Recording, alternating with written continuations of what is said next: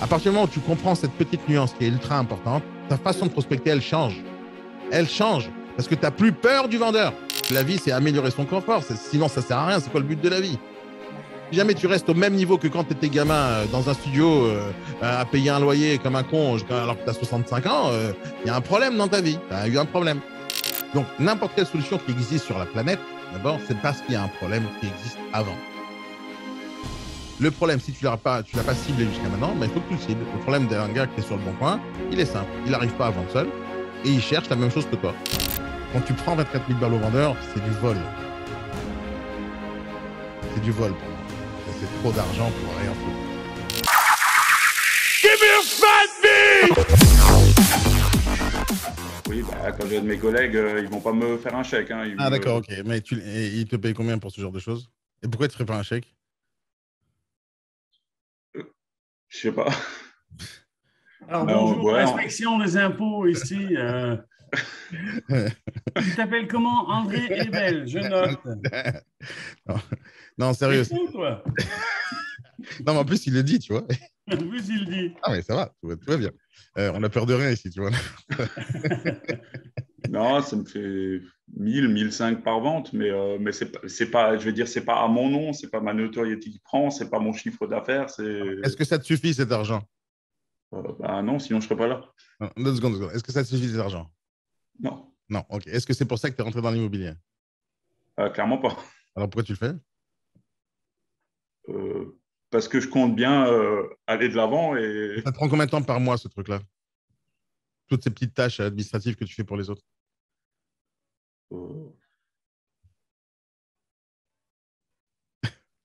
Ouais, je ne saurais pas dire, je n'ai pas compté. Ça te prend beaucoup de temps, 70% de ton temps, 80%, 50% de ton temps? Non, 50%, ouais. 50%. Ces 50% là, c'est là où tu dois faire des ventes, mon cher. Oui, clairement. Ok, bon, c'est bien que tu te débrouilles là pour pouvoir t'en sortir, mais tu as combien de mandats aujourd'hui, par exemple? 2. Depuis combien de temps tu les as, ceux-là? Je les ai rentrés fin février. D'accord, ok. Bon, ils sont en attente de compromis, mais là j'attends des paperasses de la mairie pour finir, quoi. En attente de compromis, c'est-à-dire que tu as eu des offres et tout? J'ai des offres, j'ai tout. Février, mars, avril, mai, juin, 5 mois en attente. Il faut que je fasse un raccordement SDEA. Pourquoi? Parce que les maisons étaient raccordées sur d'autres maisons. Donc légalement, maintenant, il faut que chaque maison ait son raccordement. Et pourquoi c'est à toi de le faire? Pourquoi tu n'as pas déjà signé? Tu connais un truc qui s'appelle conditions suspensives ou pas? Non, je n'y avais pas pensé. Tu sais ce que c'est ou pas? Oui, je sais ce que c'est. C'est-à-dire que si jamais, peu importe ce que c'est, hein, imagine que tu dois faire une sortie d'un locataire, ou tu dois réparer le parking, ou tu dois refaire la peinture, enfin peu importe ce qui peut arriver dans un bien, d'accord? Il y a un truc qui s'appelle conditions suspensives, c'est-à-dire que tu signes le compromis maintenant, d'accord? Et comme ça, après, les gens, ils vont se presser pour faire les choses. Tant que tu n'as pas signé le compromis, les gens, ils vont aller en dilettante, d'accord? Il ne faut pas le faire. Il faut tout de suite les closer. Donc, tu les closes en signant le compromis. Et dans le compromis, tu marques un truc très simple, conditions suspensives. Tu en fais autant que tu veux. Par exemple, je dois faire ci, je dois faire ça, je dois faire ci. Si jamais les conditions, elles sautent, c'est-à-dire qu'on les a réparées, on passe à l'autre-authentique. Sinon, la vente, elle est foutue. Si jamais tu ne fais pas ça, les gens, ils vont attendre, tu vois, 5 mois. C'est pas bon. C'est pas bon du tout. C'est pas bon. Tu perds ton temps. Tu perds ton temps avec tes collègues, tu perds ton temps avec ça. Ça ne veut pas dire qu'il ne faut pas faire un peu de chiffre. C'est-à-dire, si jamais tu avais vraiment besoin d'argent, j'aurais préféré que tu ailles travailler au McDo plutôt que tu fasses ça. Parce que ça ne te sert à rien. Ça ne sert à rien. Sauf si tu as envie de. Tu sais, ça se trouve, tu es bon dans ce que tu fais. Ça se trouve, tu les aides vraiment et je te conseillerais peut-être de multiplier ça. Si vraiment tu es nul dans l'immobilier, tu n'as vraiment pas envie de le faire, tu as peur, etc., continue à le faire et augmente ton chiffre d'affaires là-dessus. Augmente tes prix, fais des vrais tarifs et travaille avec tous les réseaux immobiliers de France. Et ça sera super. Il y en a plein ici qui prendraient tes services, par exemple. Non, mais il faut réfléchir à argent, réfléchir business. Si jamais tu es mauvais là-dedans et tu n'as pas envie d'aller dans l'immobilier, je ne te dis pas d'arrêter tout de suite. Hein. Si tu as envie d'apprendre à le faire, je vais t'apprendre à le faire. Mais si vraiment tu es nul à chier là-dedans et que tu vois que tu t'en sortiras jamais et que tu arrives à sortir 1500 balles par mois avec tes collègues, multiplie le business. Un business, c'est un business, peu importe ce que tu fais. Hein. Tant que ça te rapporte et tant que tu es content de faire ce que tu fais. Maintenant, si tu n'aimes pas faire la paperasse et tu fais ça juste parce que tu as besoin de t'en sortir, donc on va arrêter tout de suite de le faire. Alors, c'est où tu aimes faire ça et tu en fais un business, ou tu n'aimes pas faire ça et on arrête net et on commence à travailler sérieusement. Maintenant, ça ne veut pas dire que tu vas arrêter net tout de suite parce que tu as besoin de sous et je ne veux pas te mettre sur la paille, d'accord? Mais l'idée, alors qu'est-ce que tu as envie de choisir? Dans quelle direction tu vas aller? Parce que dans les deux cas, je peux t'aider. Dans les deux cas, je peux te faire de l'argent là-bas. Dans les deux cas, je peux te faire de l'argent là-bas. Non, non, je veux arrêter. Tu veux faire de l'IMO? Ouais. Ok, alors quelle est ta problématique numéro un? C'est que tu n'arrives pas à démarcher les gens, tu n'arrives pas à aller vers les gens, c'est ça ta problématique numéro un? Celle la plus importante? Ouais, et c'est pas une question de timidité parce que j'ai pas. Tu vois bien, j'ai aucun mal à mettre à parler. Ouais, parce que tu as payé, mais sinon. Non, non, mais même dans la rue, D'accord. j'ai aucun mal à aller vers les gens. C'est juste au moment de proposer mes services. D'accord. Alors, c'est quoi tes services alors? Ah, oula. En Ah plus, ouais. ce matin, j'ai encore regardé ta vidéo où tu disais que les agences elles doivent un peu réfléchir. Bah ouais. Ouais, c'est ma première question. C'est quoi tes services? Bah, la Ouais, vente, d'accord. la On vente a... de biens. Ouais, on a compris. Tu ne connais pas tes services. C'est pour ça que tu n'arrives pas à les présenter, c'est tout. Ok. Si jamais j'étais un collègue à toi et tu me disais, voilà, j'ai envie de te proposer mes services d'administratif, ça, tu me dirais quoi? Si tu as envie de me prendre de l'argent un peu sur tes services que tu fais annexes, hein, c'est pas dans l'immobilier, tu me redis quoi? Euh, Nous, ce qu'on propose en général, c'est du service, c'est du clé en main. Tu veux vendre ta maison, Non, je te parle pas tu de ça. signes le mandat, tu t'assois sur le canapé, on fait tout, quoi. Je te parle pas de ça d'immobilier, d'accord? Si jamais tu D'accord. devais me proposer les services que tu proposes, la pour 1500 balles par mois à d'autres personnes, tu m'aurais dit quoi? Qu'est-ce que tu fais pour de l'argent? Bah, les visites, Ok. les comptes rendus de visite, Ouais, toute la partie administrative, gestion des annonces. ouais. Donc, tu vois ce que tu es en train de faire là? Comme tu es en train de le faire, tu arrives à me lister ce que tu fais. Dans l'immobilier, tu n'arrives pas à me lister ce que tu fais. Ok. Tu comprends ce que je veux dire ou pas? Comme là-bas, tu le fais et en plus, tu le vends, donc tu t'en rappelles de ce que tu fais. Oui. Mais comme tu vends rien à côté, tu ne sais même pas ce que tu fais. Qu'est-ce qu'il faut faire qu'est-ce qu'il faut faire pour faire une vente? Couché. Ok, ok. Qu'est-ce qu'il a dit, Fred? J'ai pas compris. Coucher, coucher. Non, mais Fred, tu Technique. vas. Non, mais Fred, il Ouais, ne faut jamais d'accord. l'écouter. Fred, il est comme Hein? ça. Il dit de temps en temps des trucs intéressants, le résultat, c'est de la merde, donc, mais c'est pas grave. Non, bon, en gros, moi, j'ai compris ton problème, André. On va régler ça. Pas aujourd'hui, mais on va régler ça. D'accord? Le plus important, c'est que je vais te donner un petit devoir à faire. Un petit devoir à faire. Et demain, je t'explique. D'accord? Une fois que tu auras fait ce petit devoir. D'accord? Tu vas me faire aujourd'hui. Ça va être rapide. Hein, tu en as pour 10 minutes. Hein. Tu fais la liste de tout ce que tu penses qu'il faut faire pour vendre un bien. Okay. Quelles sont les tâches que tu dois faire pour vendre un bien? Tu fais que ça pour l'instant. Et bien sûr, à la fin, tu me demandes l'argent qu'il faut pour le réaliser. D'accord? Simple. D'accord? Et ça, demain, on en parle. D'accord? Donc, demain, quand tu viens en B-Morning, je te montrerai quelque chose d'autre qui va ou contredire ce que tu dis, ou il va aller dans ton sens. OK? Donc, c'est où ce que tu as fait, c'est bien, et tu sais de quoi on parle, ou tu ne sais pas de quoi on parle, et demain, tu vas comprendre. OK? Mais le plus important, c'est ça. Je ne te dis pas que c'est ce que tu vas afficher, je ne te dis pas que c'est ce que tu vas dire. Je te dis que si jamais tu ne sais pas ce que tu fais pour faire une vente, il n'y a aucune raison que tu puisses le vendre, ce truc. Imaginons que tu vendes ces gobelets-là. Merde, tu ne le vois pas à cause du fond vert. Oui, Imagine oui, que tu vends ce à gobelet-là. cause de l'écran vert. Ouais, imagine que tu vois ce gobelet-là, d'accord? Et tu veux le vendre. Qu'est-ce que tu ferais pour me le présenter, ce gobelet? Je donnerais Le vendre. Ouais. tous les avantages, Ouais. tout ce qu'il a de bien. Ouais, ouais, ouais, ouais. Et je communiquerai pour que les gens le sachent, ce qu'il a de bien. Ouais, ça, c'est de la merde, ça. Ok, merci. Ouais, parce que je sais ce que c'est qu'un gobelet, quand même. Tu n'as pas besoin de m'expliquer que dedans, met un récipient, mais c'est un récipient, mais de l'eau. Ah, sinon, il y a l'option de leur vendre du rêve. Non, pourquoi tu rêves? Attention, quand tu vas boire ce verre-là, dans ce verre-là, il y aura une nana qui va t'attendre dans ton lit. Qu'est-ce que tu vas vendre comme rêve là-dessus? C'est juste tu bois ou tu bois pas. C'est pas compliqué. Maintenant, non, il y a le produit, d'accord? Il y a une chose, c'est le produit. Ça, c'est le produit. Après, comment on le vend en fiche technique, ça fait ci, ça fait ça, c'est contre le. Regarde bien la chaleur du café, que tu pourras expliquer dans les fiches techniques ce que tu as envie. Mais en réalité, quand tu vas devoir vendre ce verre, tu ne vas pas vendre ce gobelet parce qu'il y a des fiches techniques, ça pèse de 35 grammes, c'est blanc, tu ne vas pas faire ça. Ça, les gens, ils vont le voir dans les fiches techniques. Tu vois, quand tu vois un ordinateur, l'ordinateur, tu as la fiche technique dans le magasin, d'accord? Il n'y a aucun vendeur qui va venir t'expliquer chez Darty ou à la FNAC ou chez Boulanger, ils ne vont pas te dire, attendez, je vais vous lire toute la fiche. Hein, les gens, ils savent lire la fiche, c'est pour ça qu'ils la mettent en tant que fiche. Alors, qu'est-ce qu'on fait maintenant quand on veut vendre un ordinateur? Qu'est-ce qu'on fait? Ou un gobelet, ou peu importe ce que c'est, ou une maison, une baraque, qu'est-ce qu'on fait? Oublie le produit. Qu'est-ce que tu fais d'autre? Juste avant ça, Fred. Juste avant. Ça, c'est la deuxième, ça. Juste avant. Juste avant. Alors, qu'est-ce que tu fais, André? Jean-Michel, prépare-toi, c'est juste après, c'est toi. Alors, André, qu'est-ce que tu fais? Comment tu peux savoir que j'ai besoin de ce verre? Je fais une étude de marché. Étude du marché, avant de vendre le verre? Et l'étude du marché, elle dirait quoi? Tu as besoin d'un verre. Oui, exactement. Qu'est-ce que tu vas faire pour me vendre le produit d'abord? Je vais chercher. Pas comme beaucoup de gens qui ne savent pas vendre, d'accord? Ce que vous faites d'abord, c'est essayer de proposer le produit et de l'expliquer. Mais ça, on s'en fout, ça. Le produit, ce n'est pas important en soi. Parce que ça se trouve, pas le produit. Je vais te demander pourquoi tu aurais besoin d'un verre. Ah, voilà, ça commence à devenir intéressant. D'abord, tu vas chercher à savoir si j'ai besoin de toi. Donc, si je suis un vendeur, tu vas chercher à savoir si j'ai besoin de toi. Si je n'ai pas besoin de toi, ça ne sert à rien de venir discuter ni parler. Tu comprends?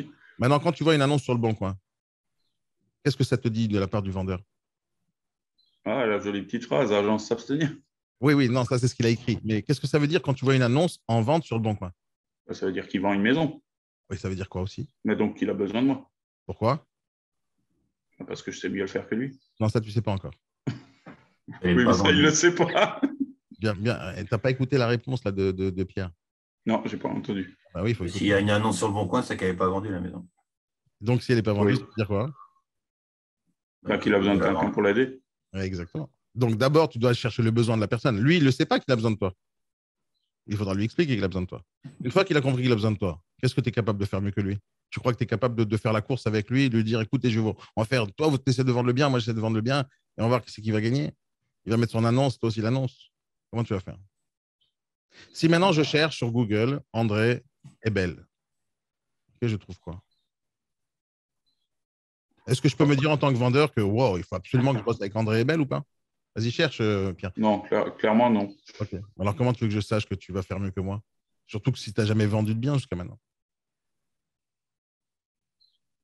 C'est compliqué, ça. Hein. Tu as vendu combien de biens en 3 ans?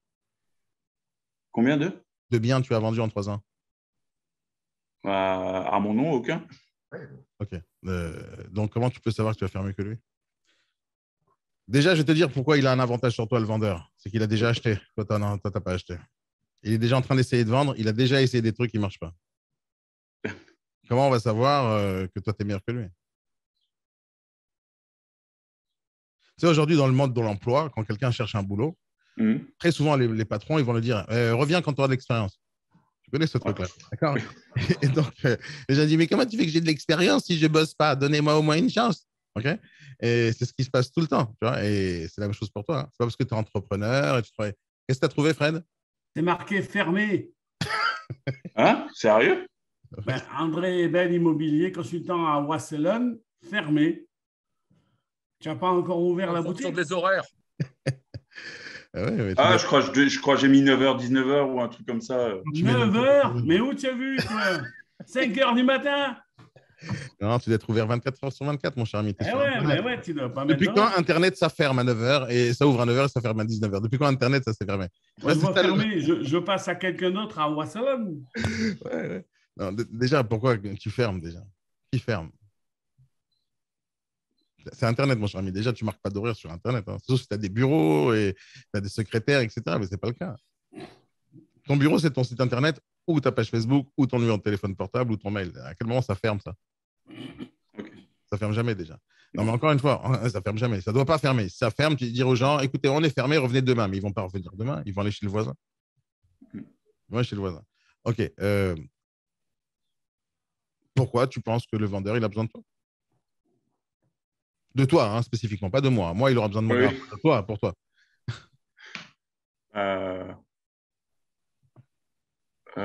Moi, j'ai plus le temps que lui. Moi, j'ai plus le temps que lui, puisque c'est le temps. Tu n'as rien à foutre, en fait. Si, mais. Non. Tu n'as rien à foutre si tu as plus le temps que lui. Je me rends disponible. Ah, tu rends disponible. Okay. Oui. Donc, tu vends ton temps. Oui, sur un service, en théorie. Pas forcément mon temps. Et c'est quoi le service? C'est la vente de son bien. Non, ce que tu es en train de m'expliquer, c'est que tu vas prendre du temps pour lui. Ok, c'est vrai sur le principe. Mais est-ce que tu crois qu'il a besoin de ça? Il a sa femme pour ça. Il a plein de gens. Pourquoi tu crois qu'il a besoin de ton temps? Il ne te connaît pas, tu lui as rien prouvé, tu lui as pas montré que tu es meilleur que lui. Pourquoi il saurait? Pourquoi il aura besoin de toi? C'est ton premier problème, André. C'est même pas du tout si tu es capable d'aller vers les gens ou pas. N'importe qui est capable d'aller vers les gens, à partir du moment où tu as quelque chose à dire. Ok. D'accord? Moi, si je veux aller vers toi, il faut que j'ai quelque chose à te proposer. Si j'ai rien à te proposer, ça sert à rien de venir vers toi. Maintenant, si je ne sais pas quoi proposer, je vais venir vers toi, fais salut André. Vas-y, réagis, vas-y. Imaginons que j'ai rien à te proposer. Salut André, Bonjour. ça va? Bien. C'est passé bien la soirée hier? Ouais, bien. C'est cool? Ok. Ça va la famille, les enfants? Ouais, cool. Allez, bye. Qu'est-ce que je te dise d'autre?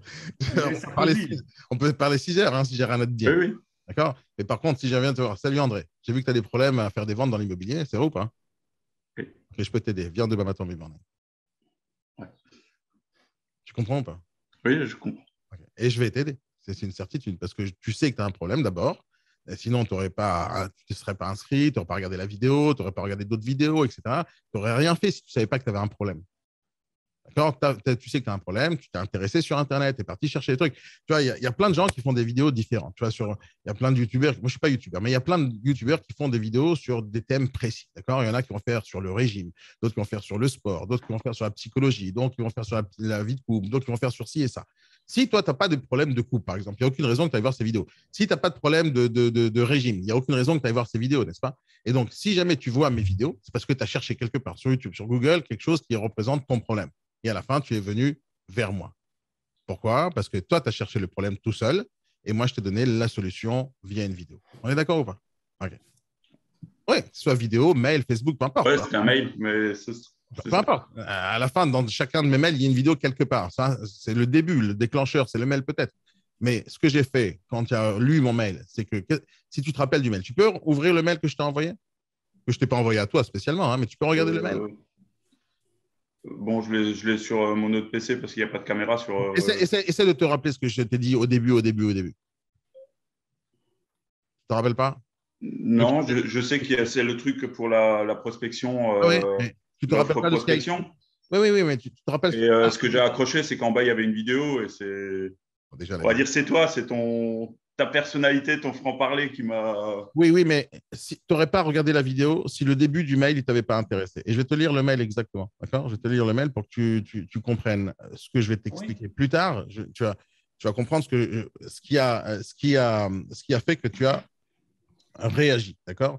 Donc, laisse-moi 2 secondes ouvrir la boîte mail, enfin le mail en question. 2 secondes. Hein. Voilà, ok. Donc, il y a une vidéo, c'est un petit gif au départ, et regarde ce qu'il y a marqué. Ok, mis à part l'accroche où je te donne un prix, etc., il y a marqué la prospection téléphonique pour la majorité des négociateurs immobiliers est une étape qui fait peur et qui est pourtant indispensable. Oui. La première phrase. Ok. Oui. Est-ce que ça te parle ou pas? Oui, et j'en suis conscient. Mais... Ça, c'est la première phrase, à part le bonjour, salut André. D'accord. Après la deuxième phrase. Mis à part la peur, il y a le manque de méthode, de savoir-faire et de savoir-être. Ça te parle ou pas? Ok. Troisième phrase. Mais par-dessus tout, il y a la concurrence que nous avons tous en face de nous, le Bon Coin, le PAP, sans oublier les agences low cost et bien évidemment les autres agences. Ça te parle ou pas? Ok, pour l'instant, je t'ai décrit ton problème. C'est-à-dire, tu dis, oh putain, il a compris exactement mon problème. C'est l'homme de ma vie. Ok, on continue. Après, je t'écris comment surmonter toutes les objections. Tu ne sais pas le faire, donc ça te parle. Après, comment faire la différence lors de sa prospection. Tu ne sais pas faire la différence, donc ça te parle. Comment ne pas se faire jeter alors que nous avons vraiment un client. Ok, comment tu vois, ça te parle. Comment faire la différence entre vous et notre agence. Comment faire la différence entre vous et le particulier qui veut vendre seul. Comment prendre rendez-vous quand vous le voulez. Comment ne plus avoir peur et atteindre ses objectifs. Comment augmenter votre taux de transformation. Ça te parle, n'est-ce pas? Dire avant de parler de ce que je vais te proposer, qu'est-ce que je suis en train de faire? Tu me décris mon problème. Exactement. Et normalement, ça te parle. Et normalement, tu lis la suite. Si ça ne te parle pas, dès la première phrase, tu es parti. Par exemple, si jamais tu sais prospecter, quand je t'écris la prospection téléphonique pour la majorité des négociateurs de mieux, c'est une étape qui fait peur. Si tu n'as pas peur, ben, tu zappes le mail. D'accord? Tu zappes le mail, tu l'effaces. Ça ne t'intéresse pas. Mais on continue. Il n'y a pas une recette magique, ni potion à boire. Il y a juste de bonnes et mauvaises méthodes. Ça te parle aussi. Dans cette formation, vous allez apprendre nanani, nana, les thèmes abordés. Et après, je propose les thèmes. Et à la fin, je te dis clique, regarde la vidéo et paye. Si ça te parle depuis le début, tu vas aller jusqu'au bout du mail. Et maintenant, après, bien sûr, ça dépend si tu aimes ma tête, si tu aimes mon langage, si tu aimes ma façon de parler, etc. Il y a beaucoup de choses qui, à la fin, pourraient te dire non, il ne faut pas aller avec ce gars-là. D'accord? Peut-être. Mais apparemment, tu es là. Donc, apparemment, tout ce que j'ai fait, ça te plaît. Mais l'idée, c'est que peu importe ma tête, peu importe ce que je dis, si ça te parle, tu vas lire. Si ça ne te parle pas, tu ne vas pas lire. On est d'accord ou pas? OK. Ben, tu vois, ce mail-là, c'est comme ça que tu dois travailler. C'est exactement comme ça que je travaille. Donc, on va le faire à l'oral, on va le faire sur plein de trucs, mais tu vas aussi utiliser des vidéos, tu vas aussi utiliser des textes, tu vas aussi utiliser des mails, tu vas aussi utiliser les SMS, tu vas aussi utiliser les réseaux sociaux. Donc, dans tous les cas, tu vas devoir réfléchir tout le temps dans ce sens-là. C'est quoi le sens? C'est d'abord, tu me montres mon problème, pas ton problème. Parce que si tu parles de ton problème, c'est quoi quand tu démarches les gens? C'est que tu as besoin d'une commission. Mais on s'en fout de ton problème. Oui, non, On s'en fout de ton problème, on s'en fout. Enfin, ton problème, on n'a rien à foutre. Toi, tu es là pour vendre des solutions, d'accord? Mais des solutions à des problèmes des gens. Donc, le problème du vendeur, c'est quoi? C'est qu'il cherche. solution. Et laquelle? Ben, un acheteur. Exactement. Et toi, tu dois lui amener quoi? Un acheteur. Si tu appelles et tu n'as pas d'acheteur, tu sers à quoi? Ah, rien. Exactement. Okay. Ça, c'est la base de tout ce que je vais t'apprendre. D'accord. Ça, c'est la base. C'est juste la base. C'est la baseline. Tu vois, c'est la base. Donc, si jamais tu démarches quelqu'un pour n'importe quelle raison, tu veux vendre n'importe quoi, tes services administratifs, je sais pas moi, tu veux faire le balai dans les boutiques, enfin, peu importe. Si jamais tu es là pour nettoyer les vitrines des gens, d'accord? Parce qu'il y a plein de gens qui font ça, ils n'ont pas d'argent, hop, ils viennent avec un tissu, avec un seau d'eau, un truc, et ils nettoient les vitrines. Qu'est-ce qu'ils viennent? Ils viennent dans la boutique, ils vont dire, monsieur, ils ne parlent même pas français, 10 euros, 10 euros, vitrine, 10 euros, 10 euros. OK, ils font comme ça, d'accord? Si toi, tu as une vitrine sale, qu'est-ce que tu vas dire? Bah, vas-y, prends. Ah ouais. Si tu n'as pas de vitrine sale, sinon, c'est bon. Il y a quelqu'un qui est passé juste avant. Mais le mec, est-ce que tu vois qu'il va rentrer chez toi si la vitrine est propre? S'il voit que la vitrine, elle est nickel, et il y a quelqu'un en train de nettoyer, tu crois qu'il va venir chez toi en te disant 10 euros, 10 euros? Peut-être qu'il va le faire parce qu'il pense qu'il est moins cher.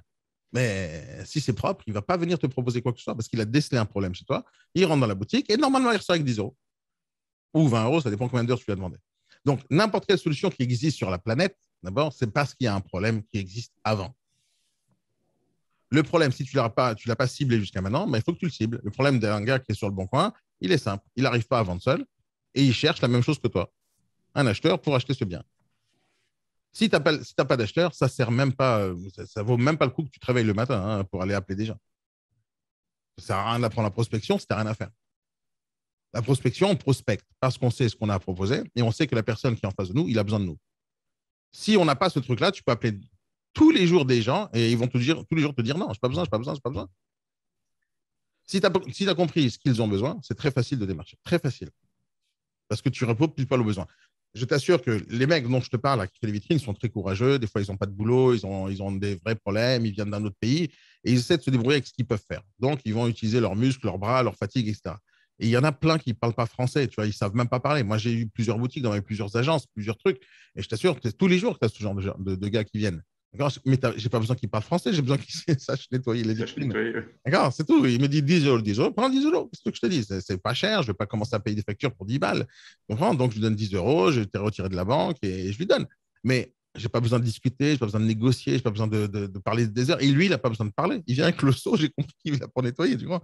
Pas besoin de m'expliquer des trucs. Donc, si jamais lui, il vient avec un seau, avec le taux qui fait 10 euros, 10 euros de nettoyer vitrine, 10 euros, 10 euros, parce qu'il a pris quelques mots quand même avec le temps. Tu vois, et à force de nettoyer, il a compris que ça, c'est une vitrine. Il dit, s'il vient avec un seau, avec un truc qui est vitrine, 10 euros, toi, t'as pas besoin d'aller. Il n'a pas besoin de faire plus d'efforts que ça. Il n'a juste pas besoin. Il sait que tu as un problème, il a vu ta vitrine toute crade, il te dit 10 euros, toi, tu as besoin de payer 10 balles pour avoir une vitrine propre. C'est pas besoin d'être un super négociateur sur la planète, le meilleur négociateur sur la planète, pour aller vendre à 10 euros une vitrine sale. Ça n'a pas besoin. Pour toi, c'est la même chose. Le vendeur, il a un problème. Il n'a pas d'acheteur. Inspection du travail.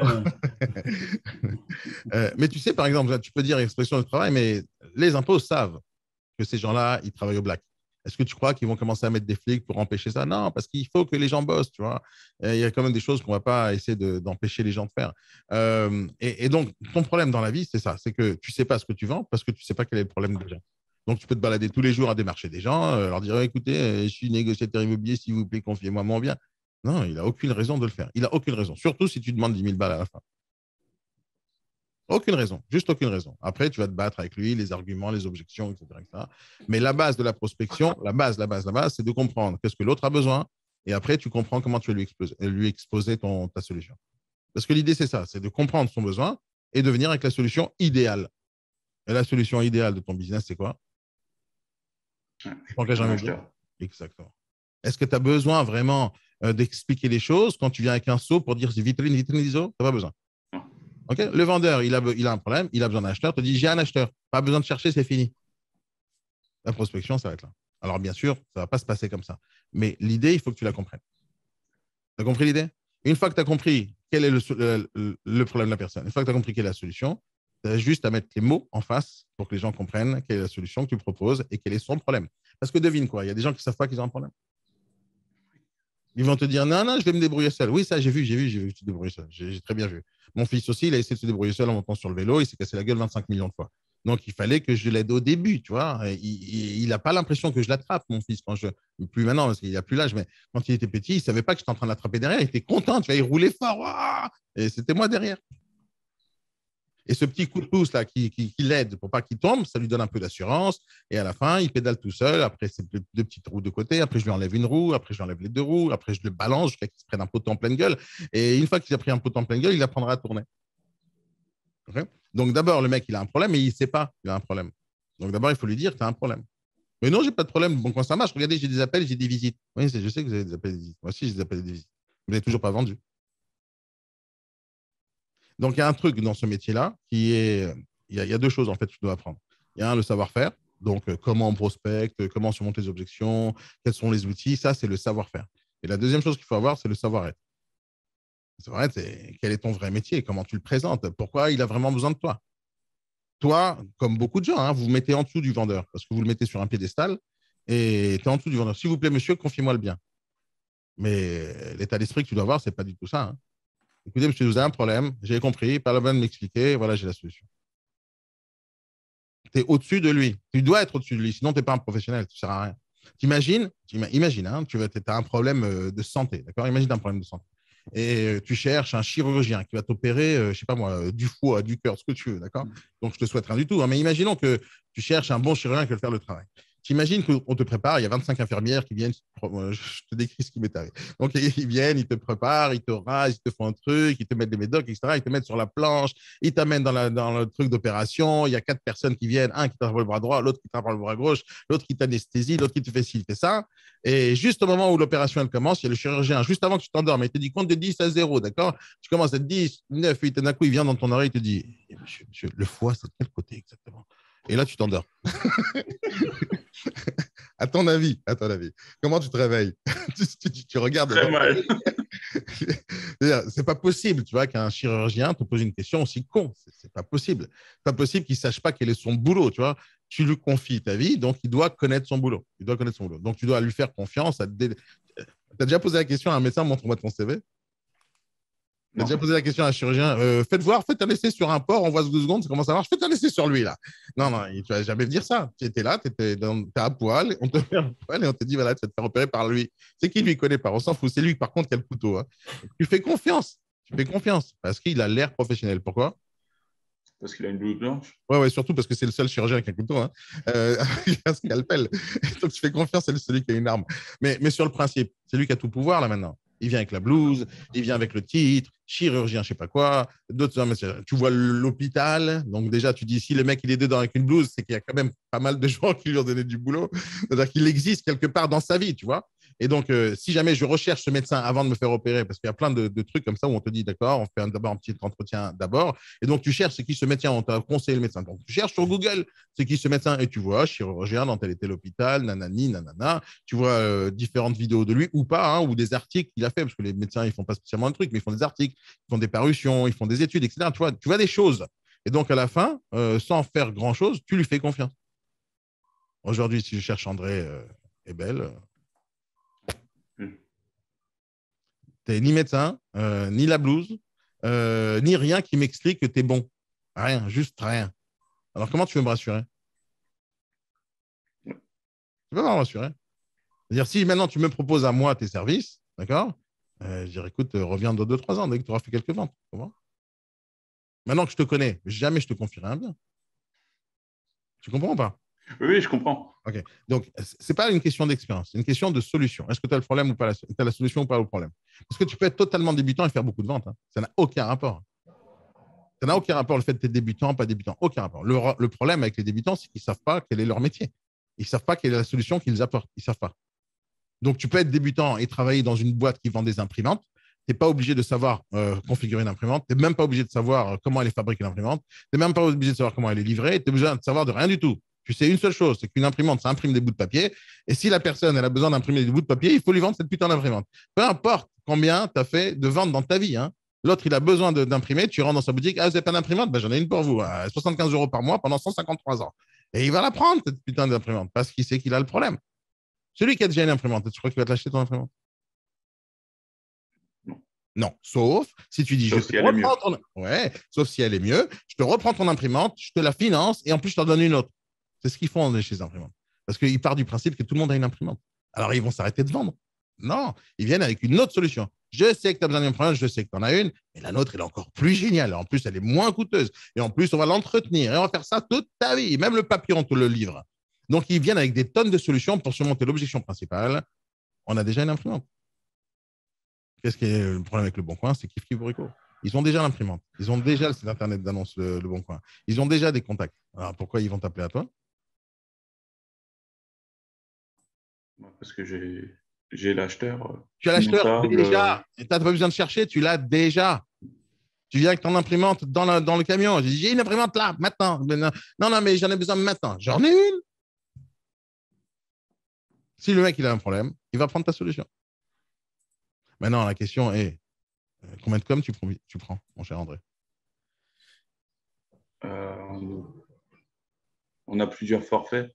J'en ai un à foutre. J'ai un appartement à 400 000 €. Combien tu me prends? 6%. 6%, ça fait combien ça? 6% de 400 000. Allez, fais le calcul. 24. C'est pas l'agent immobilier. C'est toi qui proposes le 24. service. Mais j'en sais rien, fais ton calcul. Ça fait combien? 24 000. Ok. 24 000, tu vas faire quoi en échange? Je vais ramener le vendeur. Enfin, oui, bon, je ne vais pas te décrire. Tu vas faire en échange de 24 000 €. C'est beaucoup, 24 000, hein? Oui. Beaucoup, hein? Alors, je vais t'expliquer ce qu'on fait avec 24 000 € d'une manière générale. OK? De manière générale, 24 000 balles.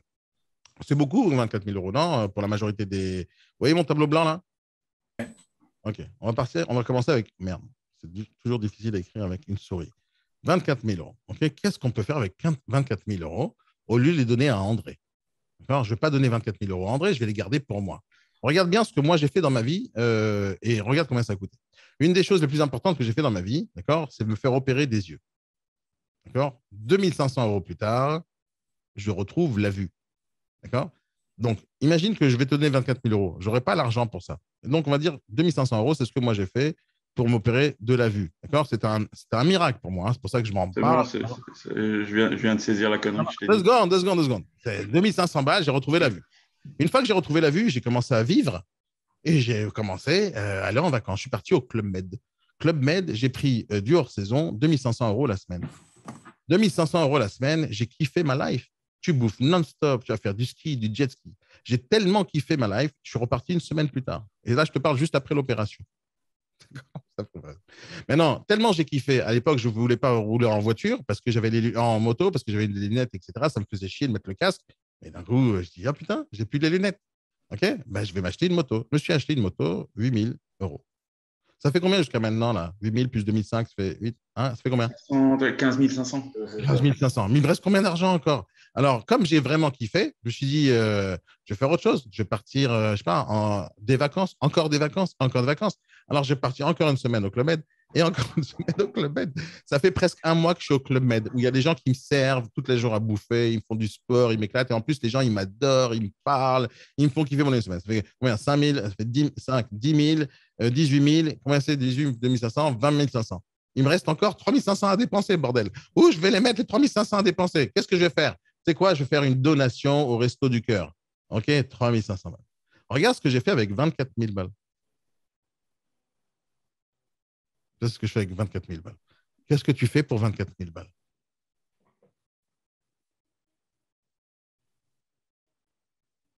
J'ai capté, surtout que ce n'est pas toi qui me les paye. Exactement, mon cher ami. Qu'est-ce que tu as à foutre pour 24 000 balles? Sérieux?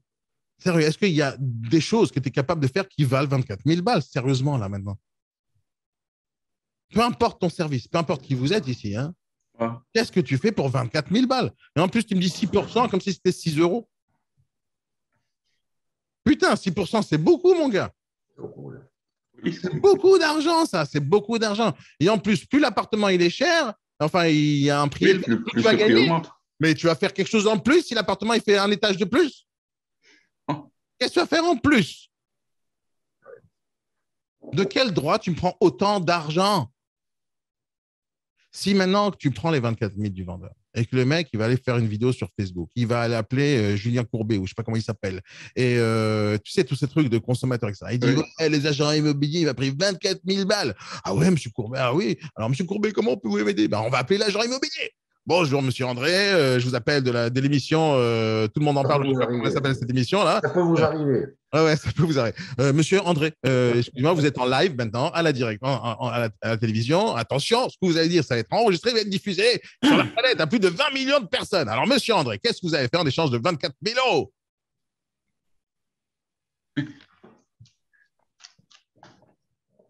Monsieur, qu'est-ce que vous avez fait pour 24 000 balles? Et là, on voit le propriétaire qui a 65 ans, par exemple, parce qu'il a eu un héritage ou je ne sais pas quoi, il veut vendre parce qu'il a des problèmes. Qu'est-ce que vous avez fait pour 24 000 euros, monsieur? Là, c'est vraiment abus de confiance, c'est abus de faiblesse. Qu'est-ce qui vous arrive, là? 24 000 euros. Un peu déconné. J'ai réglé le problème. Je vous explique ce qu'on peut faire avec 24 000 euros. Hein. Je vous explique ce qu'on peut faire. On peut aller au Club Med une fois, deux fois, trois fois, quatre fois, cinq fois, six fois, sept fois. Vous achetez une voiture, une moto et se retrouver la vue. Parce que l'autre, il a fait ça pour 24 000 balles. Qu'est-ce que vous faites pour 24 000 balles? En soi, si je les ai eu les 24 000 balles, c'est que la maison, elle est vendue, donc il n'y a plus de souci. La question est, tu as aidé qui? Un acheteur. L'acheteur. Mais le vendeur, lui, c'est lui qui te paye ou pas? Ah non, c'est l'acheteur. C'est l'acheteur qui paye. Et si tu devais expliquer 24 000 balles au vendeur, est-ce que tu peux l'expliquer? Non, parce que le vendeur ne verra jamais. Et en plus, il t'a même pas appelé. D'abord ça, mais en plus, il t'a même pas appelé. C'est toi qui l'as démarché. Oui. Il n'a même pas demandé, s'il te plaît, viens m'aider, André. C'est toi qui es venu le voir. Et écoute, voilà, je vous amène un client, mais je vous dis en cachette, hein, ça va coûter 24 000 balles. Tu as déjà essayé ça? Non. Tu as déjà dit à un vendeur, monsieur, ça va vous coûter 24 000 balles. Donc, dès que je sors ici, direct, je vais raquer. Vous allez raquer. Hein, ça existe, hein? Alors, qu'est-ce qu'on fait, les agents immobiliers? Enfin, pas moi, hein, les autres. Hein. Ils ne disent pas 24 000 balles. Ils disent 6%. Ça passe. 6%, ça passe. 24 000, ça passe pas. Alors, elle est où l'arnaque? L'arnaque, c'est toi, l'arnaque. Tout le monde, c'est de l'arnaque.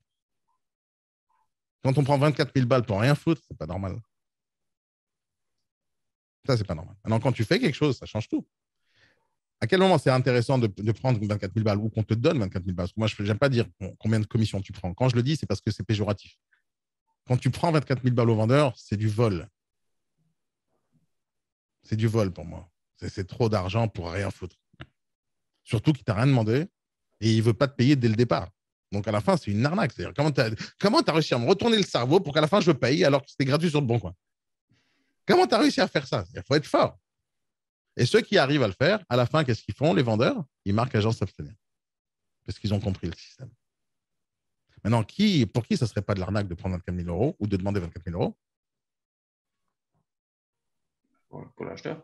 Celui qui va acheter le produit. C'est à lui de décider s'il a envie de payer les 24 000 balles ou pas. Mais il ne va pas te payer les 24 000 balles. Il va acheter le bien. Dans le bien, il y a tes 24 000 balles. Tu comprends? Il ne saura même pas combien c'est ta commission. Ce n'est même pas important pour lui. Parce que c'est important pour lui. Noté dans la loi, hein, le fait qu'aujourd'hui, on soit en HAI, honoraire d'agence inclus, tu n'es pas censé, en tant qu'agent immobilier, dire qu'il y a tant d'honoraires. Le prix de vente, c'est le prix de vente HAI, point barre. Si le mec il veut savoir combien tu gagnes, il a qu'à aller sur le site, voir ton barème d'honoraires. C'est comme ça qu'on fonctionne, nous aussi. Je veux que ça fonctionne comme ça dans ta tête, André. Donc, le prix de vente, c'est le prix de vente HAI, point. Et encore, tu n'es même plus obligé, je crois, maintenant de mettre HAI. Prix de vente, non. Merci, Fred. L'idée, c'est pas que c'est 24 000 balles ou pas. L'idée, c'est qui paye en échange de quoi? C'est l'acheteur. L'acheteur, pourquoi? Parce que c'est l'acheteur qui a l'argent pour le bien et pour ta commission. C'est lui qui vient avec l'argent. Maintenant, si à l'acheteur, tu lui dis aussi la même chose. Bonjour, monsieur l'acheteur, merci de m'avoir appelé sur ce loger. Alors, juste avant qu'on raccroche et qu'on fasse la visite, ça va vous coûter 24 000 balles. Est-ce que tu crois qu'il va acheter quoi que ce soit? Ah non, clairement pas. Non, jamais. Personne ne va acheter. Est-ce que si jamais tu... Hein? Quoi? Au poids, il doit bien faire 24 000 quand même, non? Regarde, quand tu vas aller acheter une paire de chaussures, moi, j'aime bien Finsbury. C'est ma marque préférée. Ça fait, je sais pas moi, 15 ans que j'achète du Finsbury. Les paires de chaussures là-bas, elles sont génialissimes. Elles durent des années. Elles ne bougent pas pendant 2 ans, 3 ans. Du cuir parfait, fait main, etc. La paire de chaussures, c'est 350 balles. Okay. Est-ce que ça coûte 350 balles la paire de chaussures? Alors, c'est quoi le terme? Est-ce que ça coûte 350 balles? Non, tu payes la marque, l'image. Non, non, non, non, non, non, non, non. Je pose la question. Ta chemise, combien tu l'as achetée? Oui, offert. Oui, offert. Une quarantaine d'euros. Non, je ne t'ai pas demandé combien ça coûte. Je te demande combien tu l'as acheté. Tu vois que tu es en train de réfléchir, tu ne comprends pas la question. Oui, non, pourtant, c'est le même terme, d'accord? C'est le même terme. Donc, 24 000 balles, d'accord? C'est ce que ça coûte à la personne. Mais est-ce qu'il paye les 24 000 balles ou il paye 400 000 euros le bien? Il paye 400 000 euros. Exactement. Les 24 000 balles, il ne les regarde pas, il ne les voit pas. Il ne les voit pas. Il ne doit pas les voir. Exactement comme la paire de chaussures. Est-ce que tu sais combien elle coûte, la paire de chaussures? Ça se trouve, c'est un petit Chinois en Chine qui a 2 ans qui est en train de fabriquer la chaussure. À la fin, ça arrive dans une boutique, il va te la vendre 350 balles. Au final, le cuir, c'est une vache qui est morte, hein, avec des gamins qui sont en train de les monter, et avec une petite nana de 75 ans qui fait des trous avec une petite épingle pour faire passer le truc. C'est ça, Fémin. C'est pas un mec super intelligent qui a fait 25 000 ans d'études qui va faire la paire de chaussures. C'est des petites mains, de petits gens qui savent rien faire d'autre. Mais à la fin, on te dit fais main. Et on te met une belle paire de chaussures avec de la peau de vache et avec du bon cuir, avec du bois, quoi. C'est des choses qui sont dans la nature. Combien ça coûte le cuir? Combien ça coûte? Ça coûte pas cher, tu comprends? Et pourtant, à la fin, tu achètes ça à 350 balles. Donc, le coût de la chaussure, c'est pas 350 balles. C'est quoi 350 balles? La valeur de la chaussure. C'est pas le coût de la chaussure. D'accord? Donc, quand je te dis combien ça vaut ton service, c'est une question vraiment sérieuse. Hein? Combien ça vaut? Qu'est-ce que tu m'as apporté comme service? Le vendeur, quand il va voir ton service à 24 000 balles, il dit jamais de la vie. D'abord, je ne te connais pas. Et en plus, c'est gratuit sur le bon coin. Il n'y a aucune raison qui te paye. Donc, s'il n'y a aucune raison qui te paye, pourquoi tu lui demandes de l'argent? Sur le mandat, par exemple. Pourquoi tu demandes de l'argent? Est-ce que tu es convaincu à 100% que ce n'est pas le vendeur qui te paye ou pas? Ah oui, oui, clairement. C'est pas le vendeur qui fait le crédit. Et... Tu vas voir que là, je vais te donner une petite astuce sympathique. Là. Tu vas voir comment ça va être facile pour toi de prospecter tout à l'heure. Parce que tu vas voir qu'il faudra apprendre beaucoup de choses pour que ça marche. Mais tu vas essayer 10 appels, d'accord? Et tu vas les appeler, tu vas leur dire, monsieur le vendeur, j'ai un service génial. J'ai un acheteur pour vous et c'est gratuit. Ils ne vont rien. Dis-lui, c'est gratuit. Je suis une agence totalement différente. J'ai un concept vraiment nouveau. Moi, je fais payer personne. C'est gratuit. Et tu vas voir comment ils réagissent. Okay. Non, comment ils réagissent? Mais tu dis que j'ai un client. J'ai un client et c'est gratuit. C'est comme toutes les agences, en fait. Exactement. Si tu es convaincu que ce n'est pas lui qui paye, ne lui parle pas d'argent. Tu comprends ou pas? Oui. La paire de chaussures à 350 balles. Si jamais ce n'était pas moi qui paye, combien j'achèterais de paires de chaussures comme ça?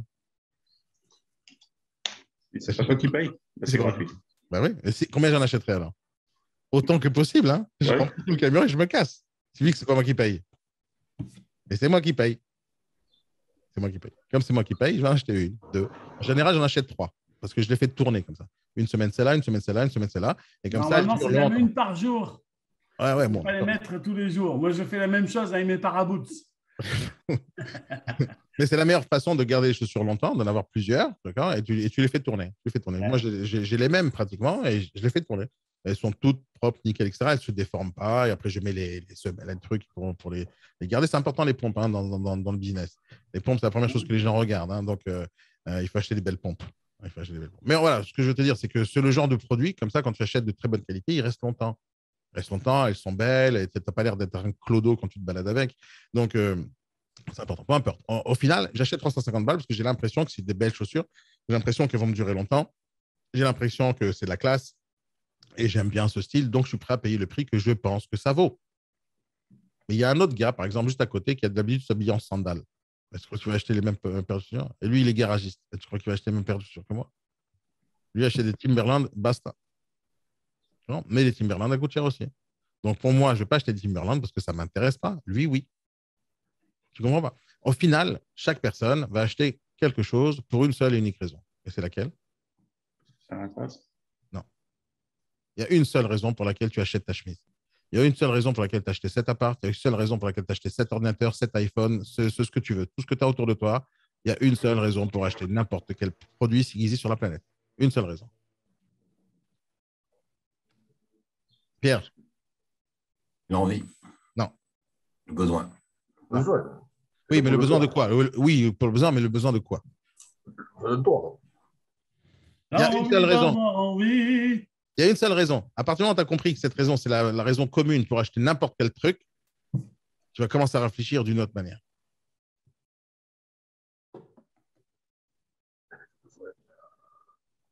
Allez, on fait travailler les méninges. Pourquoi tu as acheté ce canapé? Imaginons que tu avais un autre Il a canapé. beaucoup de peur parce qu'il a vu, il a su. Oui, il faut être on est persuadé qu'on fait une bonne affaire, que ça Non, rapporte ce qu'on recherche. Mais, Corps de cible, on appelle ça. non, mais si tu te balades dans le marché, tu vas avoir des tongs à 1 euro. Est-ce que tu vas les acheter parce que c'est 1 euro? Non, tu n'as pas besoin de tongs, tu n'as pas besoin de tongs. Oui. Si tu as déjà des tongs, pourquoi tu achèterais une autre paire de tongs? Peu importe le prix, hein. Peu importe le prix. Le prix n'a aucun rapport dans elle sort de l'ordinaire, elle se démarque. Ah ouais, elle se démarque super. Tu as une paire de tongs avec des papillons qui volent vraiment. Hein. Et en plus, à chaque fois que tu achètes une paire de tongs, à chaque fois que tu achètes une paire de tongs, tu as une nana. Non, à chaque fois que tu achètes une paire de tongs à 1 euro, tu as une nana qui vient en face de toi avec un miroir et te dit oh, elle vous vend bien. Et tu imagines le service de ouf. Est-ce que tu vas acheter la paire de tongs quand même?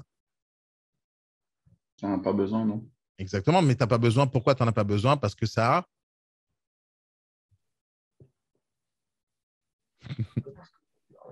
Vous savez, habituez-vous, hein, parce que moi, je ne vais pas vous donner du junk food. Hein, je ne vais pas vous donner les réponses tout de suite. Hein, parce que votre problème, c'est que vous ne réfléchissez pas assez dans votre vie de tous les jours. Vous faites les choses de manière automatique sans réfléchir pourquoi tu les fais. Et moi, je suis obligé de te faire travailler les méninges, sinon ça ne rentrera jamais dans le cerveau. Il faut réfléchir, les gars. Pourquoi tu as acheté quoi que ce soit? Imagine, tu avais une voiture hier, c'était une Fiat Punto, et maintenant tu t'achètes, je ne sais pas moi, une Renault Mégane. C'est bizarre que je vous donne les exemples de ma vie. C'est ma première voiture, c'était une Fiat 117. Et ma deuxième voiture, c'était une Renault Mégane. Sur ma vie, c'est vrai. Et ça sort comme ça direct. Pourquoi? Marcher? Hein? Est-ce que tu as envie de marcher? Non, non, mais pourquoi j'achète une meilleure voiture? Pourquoi je n'achète pas une moins bonne voiture? Pour t'améliorer, la réponse, elle commence à arriver. Voilà. Pourquoi on achète des trucs alors? Parce qu'on veut. On veut. Plein la vue. Qu'est-ce que tu veux dire? Faire plaisir. Non, ouais, bon, les cadeaux, on s'en fout. C'est pas les cadeaux, on ne pas. D'accord? Oublie les cadeaux. Les cadeaux, tu peux faire un petit dessin avec des bananes. On cherche à trouver du confort, à se faire plaisir. Non, le plaisir, tu l'oublies. Ce que tu as dit, la vérité. Montrer aux autres qu'on a réussi. Non. Oui, de toute façon, même ça, même quand tu dis je vais acheter un truc pour faire plaisir aux autres, pour qu'ils me voient avec ma Mercedes, même ça, c'est la même réponse. D'accord? Et tu vas comprendre. Non, Jean-Michel t'a donné presque la bonne réponse, sauf que tu as rajouté d'autres trucs à côté qui étaient la mauvaise. La bonne réponse, c'est pour améliorer son confort. Oui, voilà, aujourd'hui, c'est ça. C'est tout. Et aussi le fait que, je recoupe, le fait que un vendeur sache vous vendre du rêve et vous, comment dirais-je. Non, celui qui vend du rêve, il va se passer un truc. Si tu es un bon vendeur, tu es un bon commercial et tu vends du rêve aux gens, il va se passer un truc. La personne va acheter et après, elle va t'insulter dès qu'elle sort de la boutique. Ah, ça, c'est sûr. Ça arrive, ce qui est le cas tous les jours. Ça, c'est vrai. Oui, mais ça, c'est pour ça qu'à la fin, on se retrouve, c'est UFC consommateurs, c'est pour ça qu'on se retrouve avec Agence s'abstenir, etc.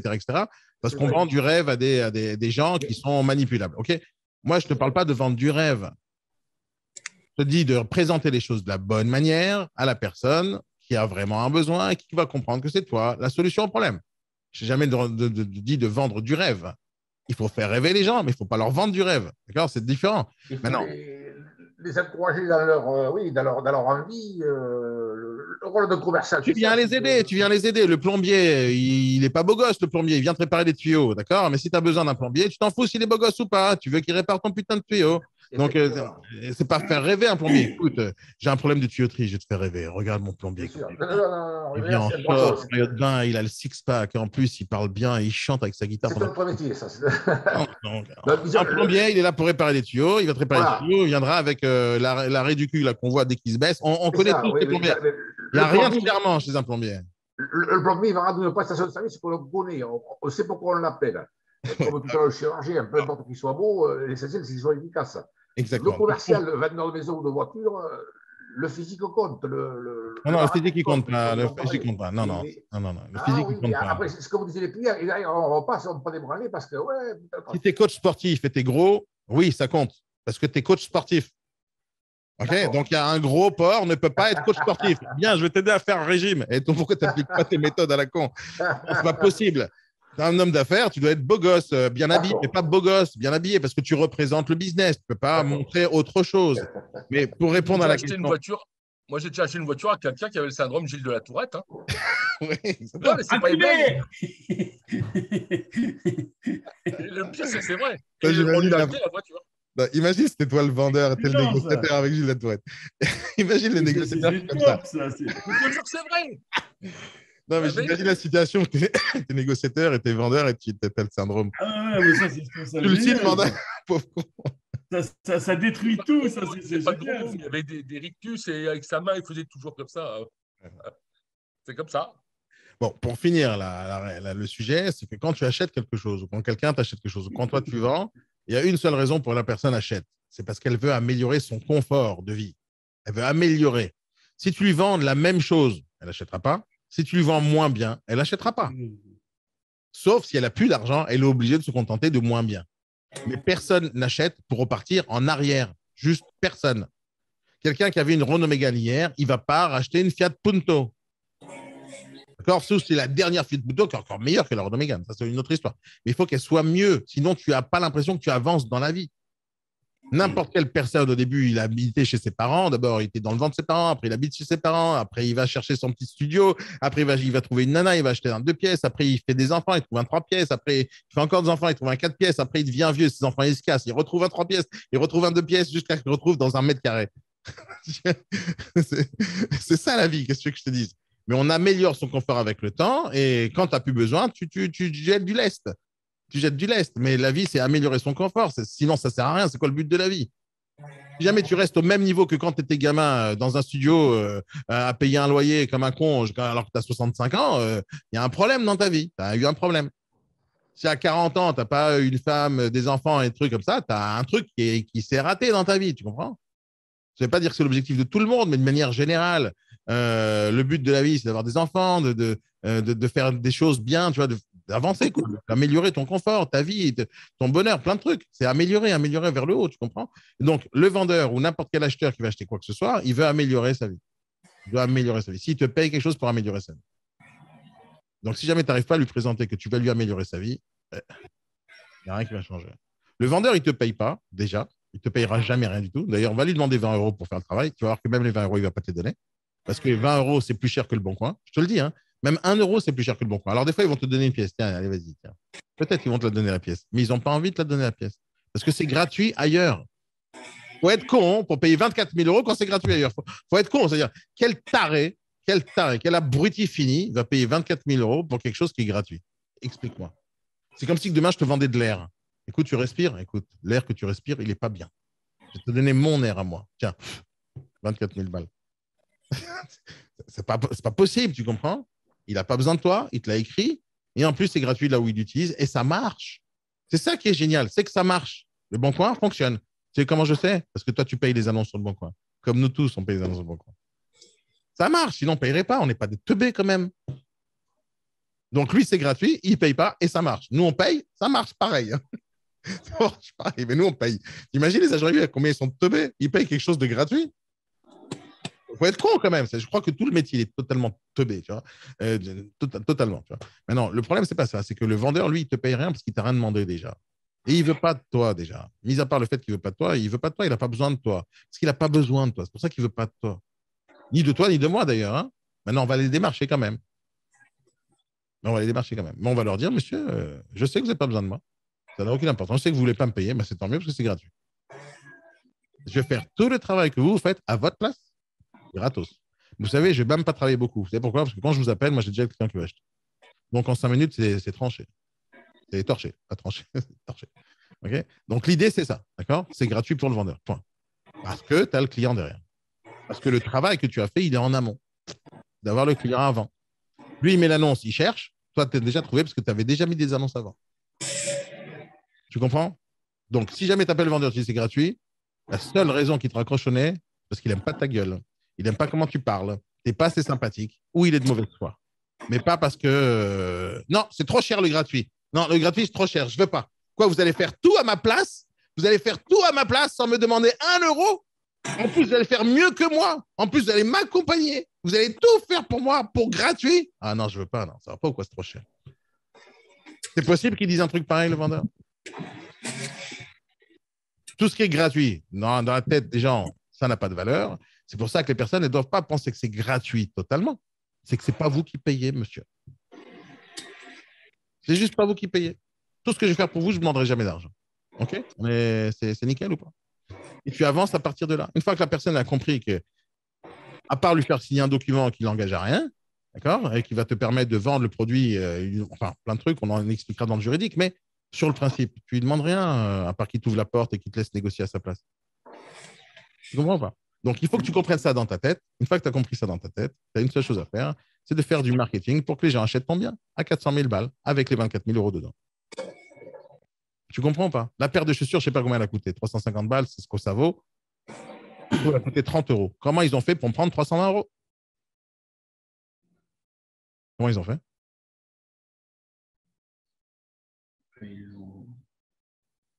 Ils ont créé ce qu'on appelle une marque. Marketing, oui. Une marque. La marque permet de vendre quelque chose plus cher qui ne valait pas cher hier. Maintenant, toi, tu vas devoir créer une marque. Et comment elle va s'appeler ta marque? Comment elle va s'appeler ta marque? André Ebel, Ebel André. Oui, exactement. André Ebel, c'est ça ta marque. Et à partir d'aujourd'hui, ta marque, c'est la chose la plus importante de ta vie. Et qu'est-ce qu'on fait avec une marque? Qu'est-ce qu'on fait avec un logo? On le montre. Mais en avant. Exactement, on le met partout, non-stop. C'est ma marque. Oh, la marque, elle est belle. Oh, elle est belle. Regardez comment je travaille. Regardez-moi quand je fonctionne. Si j'étais une paire de chaussures, une Nike, d'accord, je te montrerai des gens qui courent avec les Nike. Je te montrerai quelqu'un qui saute avec les Nike. Je te montrerai quelqu'un qui tombe avec les Nike, mais qui se relève avec les Nike. Je te montrerai quelqu'un qui gagne avec les Nike. Je te montrerai quelqu'un qui perd avec les Nike, mais qui dit j'ai eu des Nike, mais je vais gagner la prochaine fois. Je vais te montrer plein de trucs avec les Nike. Parce que les Nike, c'est pour montrer certaines valeurs. À la fin, j'arrive dans la boutique et j'ai vu tellement de Nike dans ma vie que j'ai envie de me faire Nike. Nickel. C'est pas celle-là, elle vient de sortir. T'as compris ou pas? Tu as un logo, tu as une marque, tu la mets en avant matin, midi et soir. Matin, midi et soir. Tu comprends? Matin, midi et soir, non-stop.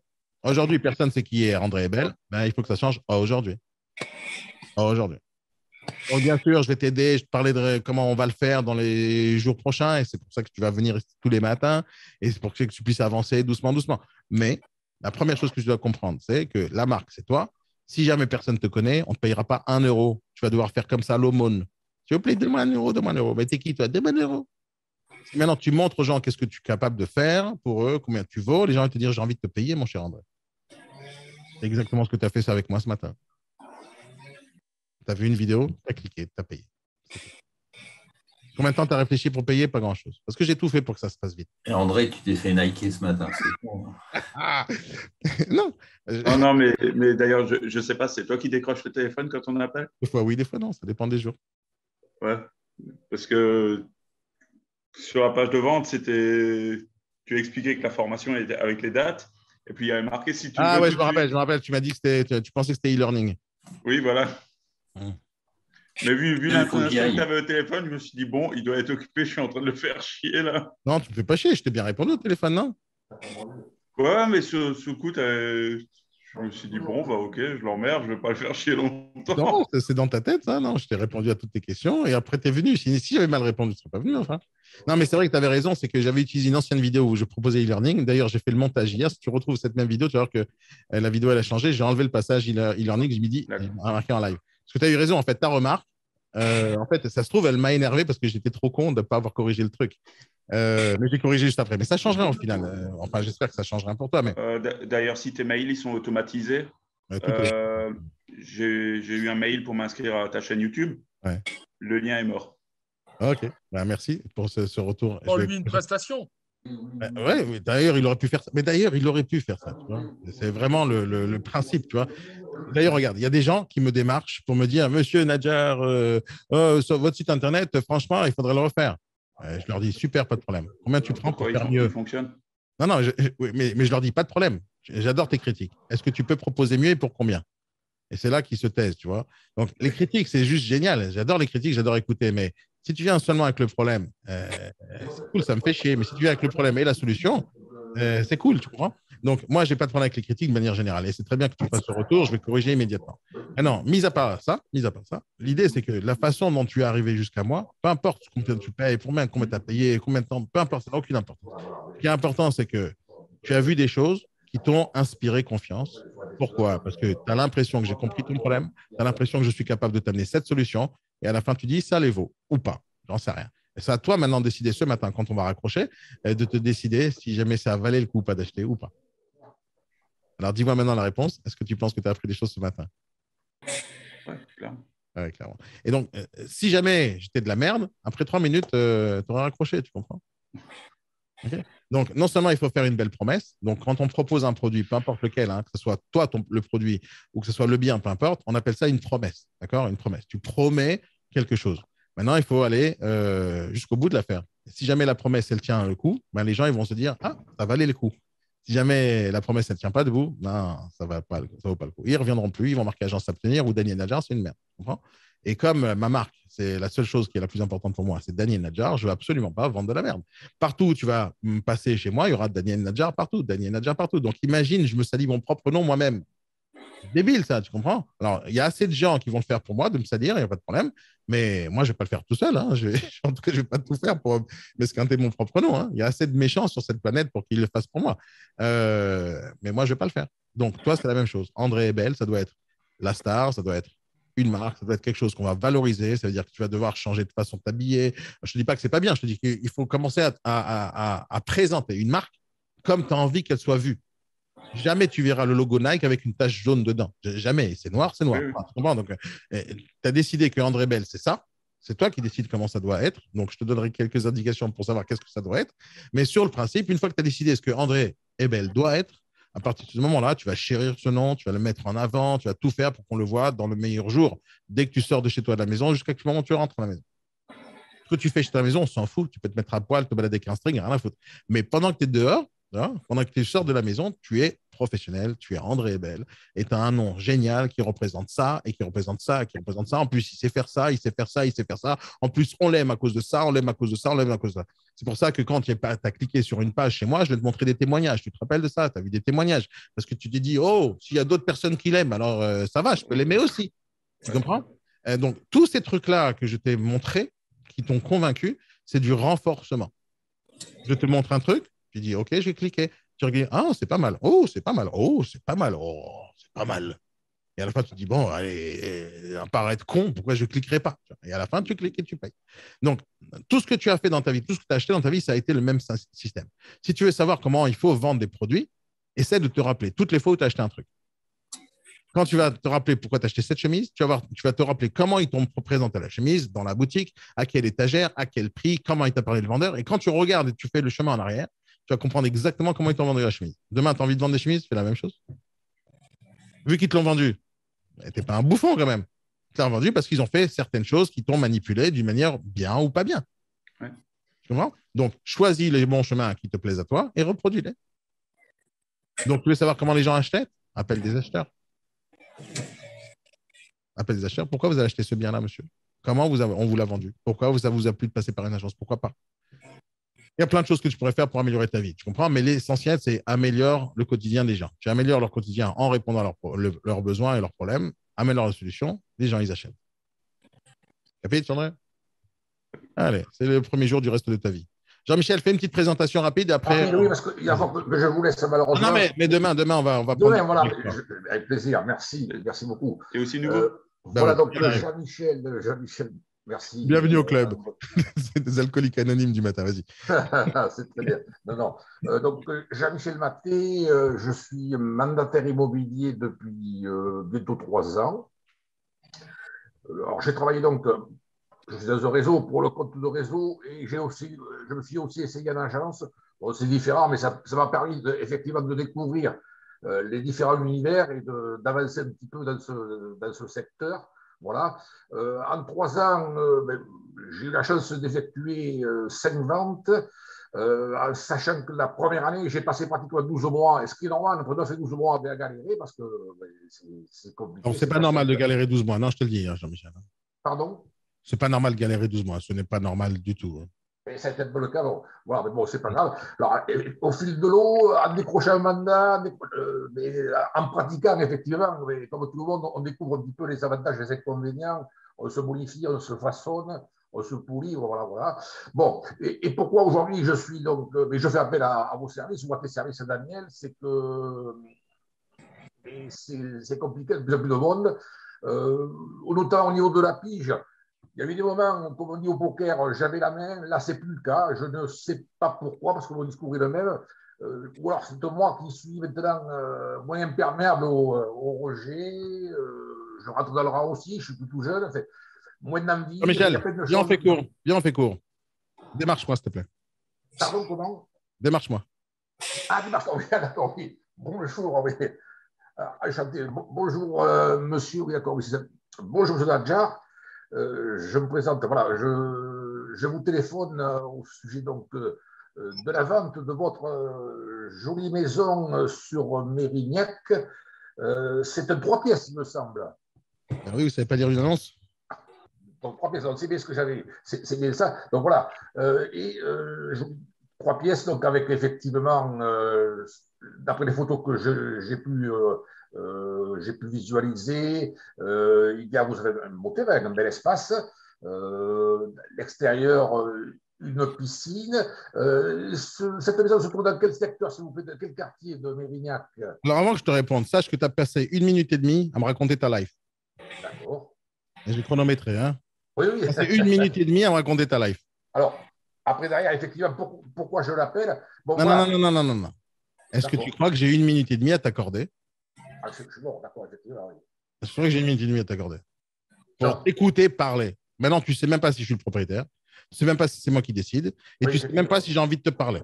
Et tu ne sais même pas si j'ai déjà une offre. Tu ne sais même pas si j'ai des problèmes. Tu ne sais rien sur moi. Donc déjà, si tu as des problèmes dans la pige, je vais te dire pourquoi. C'est parce que tu es égoïste. Tu es égocentrique. Tu penses qu'à toi. Tu n'en as rien à foutre des autres. Ça, c'est le premier problème. Hein. Tu n'en as rien à foutre de moi. Tu as juste envie de gagner une com. Hein. Alors, pendant 1 heure, je parle à André. Pour lui dire que la première chose que je dois faire, c'est de citer le problème des gens et leur donner la solution. bien sûr. Et là, qu'est-ce que tu es en train de faire? Tu me racontes ta life. Oh, j'ai trouvé le bien. Je m'en fous. Je suis agent immobilier. Je fais ça. Qu'est-ce que j'en ai à foutre? Non, sérieux. Qu'est-ce que j'en ai à foutre? En plus, j'ai marqué agence abstenir. Qu'est-ce que j'en ai à foutre de ton histoire? Oui, mais si vous voulez, j'entends de manière, enfin, bon, les phrases d'approche. Bon, je les fais comme ça. Non, tes approches, elles peuvent être super sympathiques, super géniales. Tout ce que tu vas dire, c'était bien en rendez-vous. Tu vas en face à face, une fois que j'ai accepté un rendez-vous avec toi. Mais quand on parle de la pige, donc prospection téléphonique, tu n'as pas 1 minute et demie. Hein. Tu as 3 secondes. Tu as 3 secondes. Vas-y, fais la différence en 3 secondes. Fais la différence en 3 secondes. Fais la différence. OK. Mais non, je t'explique. Bonjour. Non, oublie ça maintenant. Je vais te la donner, la technique. Pas tout de suite, je vais te la donner. C'est pour ça que tu viens en formation de prospection téléphonique. T'inquiète pas, je vais te donner la solution. OK? Mais. La première problématique que tu as, c'est que tu es égoïste. Tu penses qu'à toi. Il faut que je te rappelle un truc. Non, je te dis pas que tu es égoïste dans la vie. Hein. Non, mais je te connais pas. On vient de se rencontrer. Donc, je ne dis pas que tu es égoïste. Je te dis que ton discours est égoïste, d'accord? Parce que tu penses qu'à toi. Au moment où tu parles que de toi. Sauf que la chose la plus importante dans la vie d'un commercial, pour qu'il réussisse à faire ses ventes, c'est de ne pas s'intéresser à soi, c'est de s'intéresser à l'autre. Je te rappelle un truc à toi et à n'importe qui travaille dans l'immobilier. Joe, je ferme ton micro parce que tu fais beaucoup de bruit. Je pense que 99% des agents immobiliers n'ont pas compris quelque chose de très important, c'est qu'on est dans un métier de service. C'est-à-dire, tu dois être au même niveau qu'une infirmière, au même niveau que, je ne sais pas, un avocat, au même niveau qu'un notaire. Tu es là pour rendre service. D'accord? Tu es là pour rendre service aux gens, pour les aider. Donc, quand tu viens pour aider quelqu'un, tu n'as pas envie que lui t'écoute pour t'aider toi. Mais, alors, oui, effectivement. Tu dois lui parler que de lui, que de lui, que de lui, que de lui. Je n'ai pas dit que du bien, j'ai dit que de lui. Lui, le monsieur, c'est le monsieur qui va décider. C'est pas le bien. Bien sûr. Est-ce qui me concerne, moi, ce que je propose, le service, c'est l'accompagnement, effectivement. Mais non, tu ne proposes aucun accompagnement. Il y a aucun. Quel accompagnement? Tu veux que je répète ce que j'ai dit pendant 1 heure et demie? Quel est l'accompagnement que tu proposes? Tu vas m'amener par la main chez le notaire? Dis-moi les accompagnements. C'est quoi l'accompagnement que tu proposes? L'accompagnement, c'est effectivement, c'est donc diffusé sur les différents réseaux. C'est pas un accompagnement. Pourquoi tu fais des annonces? C'est pour que tu puisses gagner une com, pour que quelqu'un te l'achète. C'est pas pour le vendeur. Lui trouver le bon acquéreur. Mais l'acquéreur, c'est pas pour lui que tu fais ça, c'est pour toi. C'est grâce à ça que tu gagnes une com. Et en plus, tu fais pas ça pour le vendeur, tu fais ça pour l'acheteur. L'acheteur, tu lui trouves un bien. Pourquoi tu regardes pas ça dans ce sens? Non, mais pourquoi tu regardes pas dans le sens? Regarde, Jean-Michel, pourquoi tu regardes pas dans le sens inverse? Toi, tu dis, je vais vous trouver un acquéreur. Pourquoi tu réfléchis pas? Tu as un acquéreur, tu vas lui chercher un bien. Pourquoi tu réfléchis pas dans ce sens? Le sens, il est simple. C'est l'acquéreur qui paye. Donc, c'est pour lui que tu cherches un bien. Exactement. Ce n'est pas le vendeur qui te paye, c'est pour lui que tu cherches un acquéreur, c'est l'inverse. Oui, d'accord. Mais le bémol, effectivement, le bémol, c'est que l'acquéreur, moi, je ne l'ai pas. Si tu ne l'as pas, ça, c'est ton problème. Mais je vais te donner les solutions. C'est pour ça que ça s'appelle une formation. Non, mais je vais te donner les solutions, sinon je ne sers à rien, tu comprends? Je vais te donner les solutions. Je veux juste. Non, mais. Si jamais je suis juste quelqu'un qui critique, je suis une grosse merde, d'accord? Sauf que ce n'est pas mon cas, d'accord? Donc, je vais te dire les problèmes que tu as, je vais appuyer sur les boutons là où ça fait mal, et juste après, je te donne les solutions, d'accord? Bon, la solution dans son cas, c'est la formation prospection téléphonique dans laquelle tu t'es inscrit. Ça arrive juste dans quelques jours, d'accord? Tu vas apprendre toutes les solutions. Mais juste avant, je veux juste que tu comprennes le problème fondamental. Le problème fondamental, c'est que quand tu démarches qui que ce soit, je ne vais pas te répéter ce que j'ai dit à André, quand tu démarches quelqu'un, c'est parce que tu veux lui proposer une solution à son problème. La question, c'est est-ce que tu démarches la bonne personne? Est-ce que le vendeur, c'est la bonne personne à démarcher? Quand on parle de prospecter un vendeur, on a l'impression que c'est à lui qu'on vend. Moi, je prospecte quand je veux vendre. Je ne prospecte pas quand je veux acheter, tu comprends? Je prospecte quand je veux vendre. Donc, les seules personnes que je dois prospecter sur le principe, c'est les acheteurs. Bien sûr. C'est eux qui vont faire gagner de l'argent. Les vendeurs, je ne les prospecte pas. Je les mets au courant que j'ai un client pour eux. C'est différent, tu comprends? Oui. J'ai un client pour vous. On fait quoi maintenant? Tu comprends la différence un peu? Et juste, tu comprennes. Est-ce que tu comprends cette différence? Là, je te la simplifie parce qu'après, c'est compliqué de le mettre en place. Tu comprends? Mais sur le principe, je veux que juste tu comprennes. Le vendeur, je la comprends très bien. Effectivement, okay. Il y a deux choses. L'idée, c'est que pour le professionnel, c'est le fameux mandat. Il faut qu'un écrit. Ou mandat de recherche à l'acquéreur. Non.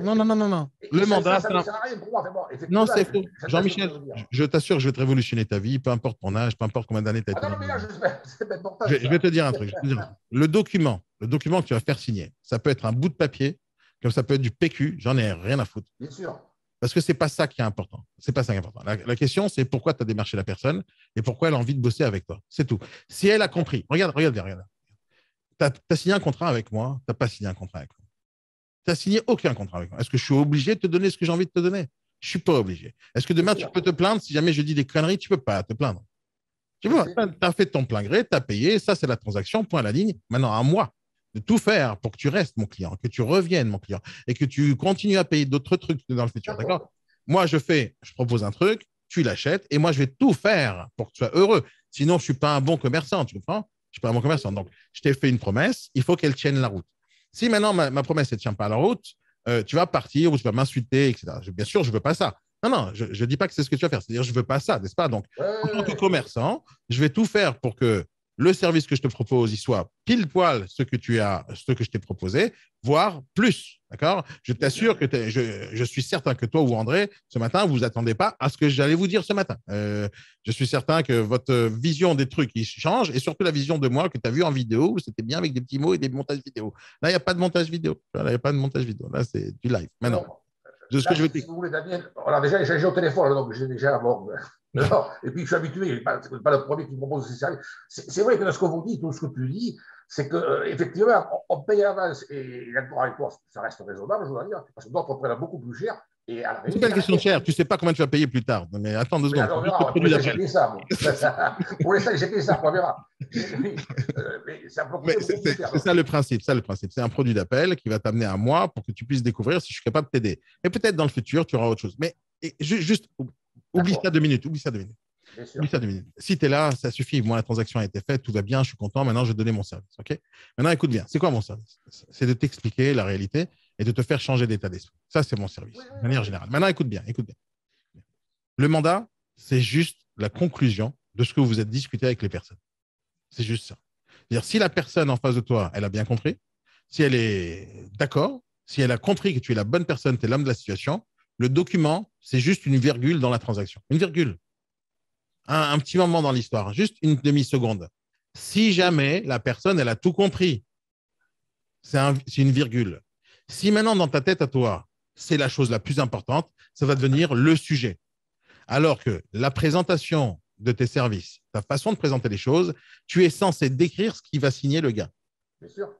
Si jamais tu lui as dit à l'oral et que la personne, elle est contente, elle a compris, c'est lui qui va te demander, bon, on signe où? On signe où? On signe où? Maintenant, la question, c'est si jamais tu vas le voir comme tu as l'habitude de le faire, comme André a l'habitude de le faire, ou comme tout le monde a l'habitude de le faire, moi, Jean-Monsieur, c'est 24 000 balles, tu comprends que tu vas devoir travailler beaucoup de temps pour vendre quelque chose à 24 000 balles ou à 4%, à 6%. Alors, évidemment, les honoraires, et je le sais, et donc on parle d'archaïque, on ne parle pas de l'honoraire au départ, parce que même si c'est 15 ou 10, c'est toujours trop cher. Ça, ça me 1 euro, c'est plus cher que gratuit. 1 euro. Exactement. C'est vrai. Ça, c'est une évidence. Par contre, le fameux mandat, c'est ce qui permet de lier juridiquement tout. Après, oui, mais alors. Plus simple. Mais tu crois que c'est le seul. Et Jean-Michel, est-ce que tu crois qu'il n'y a que dans l'immobilier on signe des contrats? Bien sûr, par contre, oui. À part quoi, oui, c'est vrai. Non, mais ne crois pas que parce que tu n'as pas signé un contrat avec moi. Non, mais attention, ne crois pas que parce que tu n'as pas signé un contrat avec moi qu'il n'y a pas un contrat. Il y a un contrat. Hein. C'est-à-dire, ce que tu as vu, mon mail que tu as vu, tu peux en faire des copies d'écran. Ça, c'est ce qu'on appelle la promesse. Tu comprends? Oui, à la fin, quand tu payes, c'est là le contrat. La transaction est un contrat. C'est-à-dire que quand tu as payé, moi, je n'ai pas le droit de faire une erreur par rapport à ce que je t'ai promis. Tu comprends? Dans le commerce, c'est comme ça. Par exemple, tu n'es pas obligé de faire un contrat avec un prestataire de service. Le prestataire de service t'envoie une facture. Si tu la payes, tu as contractualisé. Ça y est, c'est fini. Tu n'es pas obligé d'avoir toujours un contrat, genre avec un document, une signature, etc. Bien sûr. Dans certains cas, on a besoin. Dans ça, on n'a pas besoin. D'accord? Dans l'immobilier, tu as besoin parce qu'il y a un truc qui s'appelle la loi Hoguet, la loi Allure, etc., qui t'oblige d'avoir ça. Mais, ça reste un document. C'est juste un bout de papier. Si le bout de papier résume ta personnalité, résume ton service, tu n'as pas gagné, tu as perdu. Tu comprends? Bien sûr. En fait, ce papier, il va quand même chez un notaire, c'est pas n'importe quoi. Non, c'est n'importe quoi, ce papier. Ce papier, c'est de la merde. Écoute-moi bien. Hein. Il ne sert à rien, ce papier. Je peux même t'apprendre à faire des ventes sans jamais signer aucun mandat. Il n'y a pas de problème. Non. Est-ce que tu ne connais pas la loi? Non, il y a la loi. D'accord? Et après, il y a ce que tu comprends de la loi. D'accord? Tu n'es pas obligé d'avoir un mandat pour faire une vente. OK? Clair, point à la ligne. Tu n'es pas obligé. Bien sûr. Non, tu n'es pas obligé. Tu n'es pas obligé. Non, tu n'es pas obligé.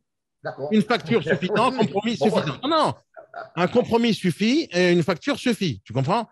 À quel moment le mandat, tu en as besoin? Tu en as besoin pour 2 raisons. Écoute-moi, tu as besoin pour 2 raisons. Il y a 2 raisons principales pour lesquelles tu as besoin d'un mandat. D'accord? Première raison, c'est pour protéger ta commission. Deuxième raison, c'est parce que tu n'as pas le droit de diffuser un produit dont on ne t'a pas mandaté pour le faire. C'est vrai. OK, c'est tout. Maintenant, quand tu ne diffuses pas les produits, à quel moment tu as besoin d'un mandat? C'est vrai, d'accord. OK, c'est d'accord. C'est vrai. Ouais. Oui, tu as raison. Dans l'analyse, oui. Je rigole. Ce qui est bien avec la loi, c'est qu'elle est claire. C'est écrit. Pour l'assurance aussi. Non, mais il y a plein de raisons pour lesquelles c'est bénéfique d'avoir un mandat, d'accord? La question, est-ce que c'est obligé? Non, OK, donc la question, est-ce que c'est obligé? Si c'est obligé, OK, on n'en parle plus. Mais si ce n'est pas obligé, mis à part ça, dans ta tête, tu as un seul type de mandat, le mandat de vente. Mais il y a un mandat de recherche qui existe.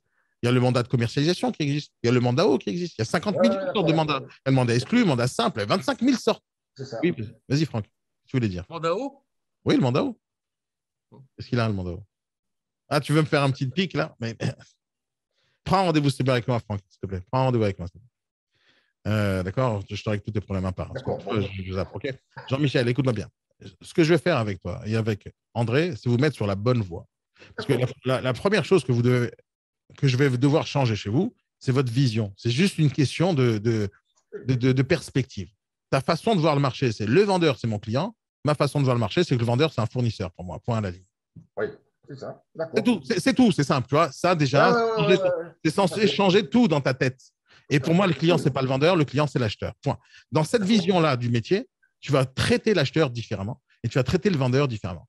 Dès que tu as juste pigé ce truc-là, la façon dont tu vas parler avec le vendeur, c'est plus il est sur un piédestal. S'il vous plaît, monsieur, s'il vous plaît, supplie, donnez-moi un mandat. Je ne suis plus dans ce mode-là. Je suis dans le mode de l'acheteur, c'est mon client. S'il vous plaît, monsieur l'acheteur, est-ce que vous pouvez payer une commission? Parce que moi, j'ai quelque chose à vous proposer.